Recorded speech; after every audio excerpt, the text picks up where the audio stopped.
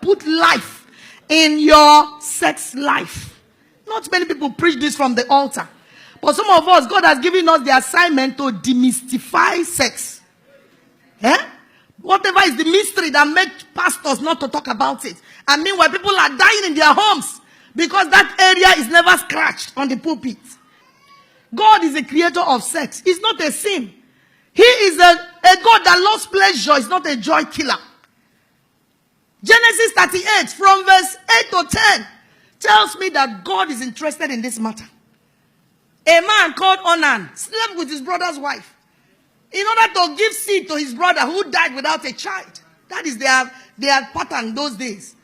So after enjoying himself thoroughly with his brother's wife, when it was time to release so that the woman can have a baby, he came out and spilled it on the ground. The Bible says God saw it. He made him angry. He killed the man right on the spot. And went ahead and put it in the Bible for us. That is to tell you that God is interested in that aspect of marital relationship.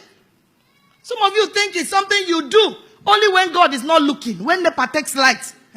Let us do it quickly. Before God turns around to look at us, we have finished. No. Don't hurry. God knows you are doing it. It's part of the package for marriage. He intentionally gave it to you as pleasure for your marriage. To enjoy.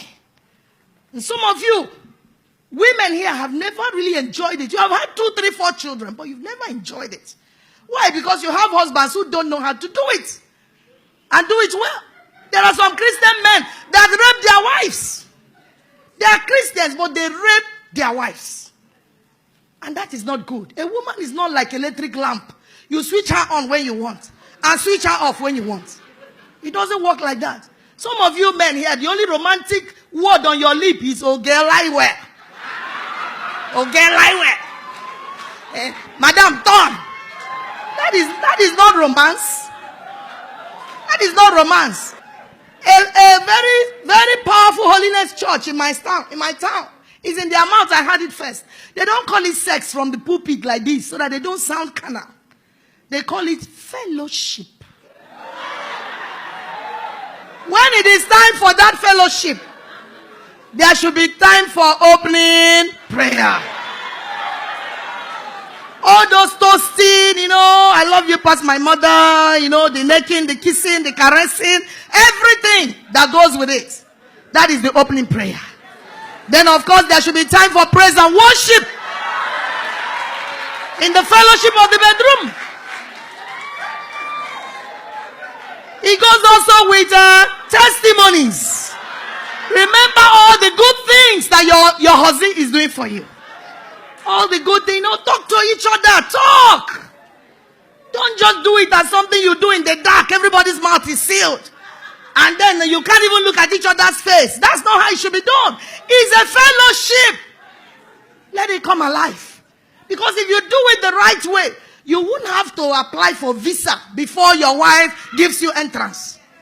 Like some of the men, you will whine and whine her like a microphone because, already she's never romantic, You have to whine and whine and whine, beg her and promise her heaven and earth.